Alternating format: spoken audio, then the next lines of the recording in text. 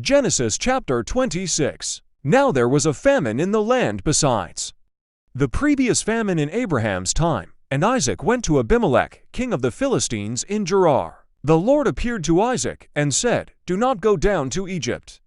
Live in the land where I tell you to live. Stay in this land for a while. And I will be with you, and will bless you. For to you and your descendants I will give all these lands, and will confirm the oath I swore to your father Abraham.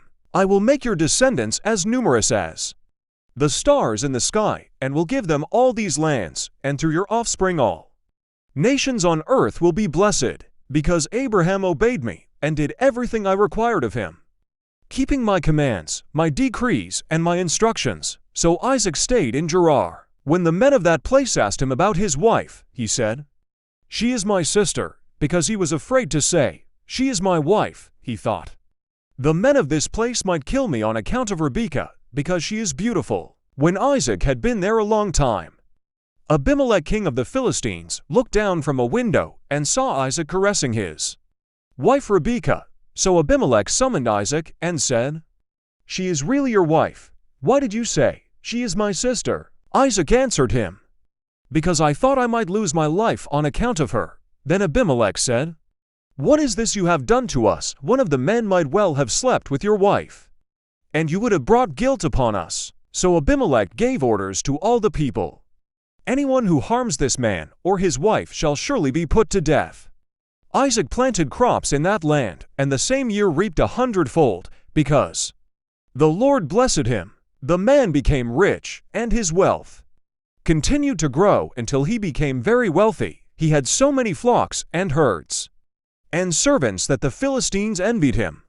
So all the wells that his father's servants had dug in the time of his father Abraham, the Philistines stopped up, filling them with earth. Then Abimelech said to Isaac, "Move away from us, you have become too powerful for us."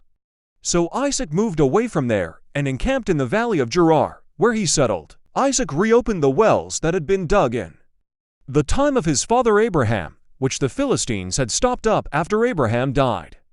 And he gave them the same names his father had given them. Isaac's servants dug in the valley and discovered a well of fresh water there. But the herders of Gerar quarreled with those of Isaac and said, "The water is ours." So he named the well Esek, because they disputed with him. Then they dug another well, but they quarreled over that one also, so he named it Sitnah. He moved on from there and dug another well, and no one quarreled over it. He named it Rehoboth, saying, "Now the Lord has given us room, and we will flourish in the land." From there he went up to Beersheba. That night the Lord appeared to him and said, "I am the God of your father Abraham. Do not be afraid, for I am with you. I will bless you, and will increase the number of your descendants for the sake of my servant Abraham." Isaac built an altar there and called on the name of the Lord. There he pitched his tent, and there his servants dug a well. Meanwhile, Abimelech had come to him from Gerar, with Ahuzzath his personal advisor, and Phicol the commander of his forces. Isaac asked them, "Why have you come to me?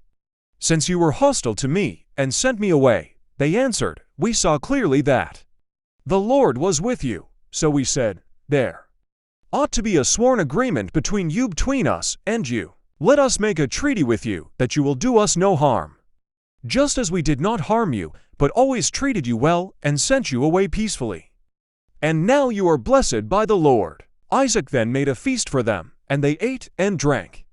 Early the next morning the men swore an oath to each other. Then Isaac sent them on their way, and they went away peacefully. That day Isaac's servants came and told him about the well they had dug. They said, "We found water." He called it Sheba, and to this day the name of the town has been Beersheba. When Esau was 40 years old, he married Judith daughter of Beeri the Hittite, and also Basemath daughter of Elon the Hittite.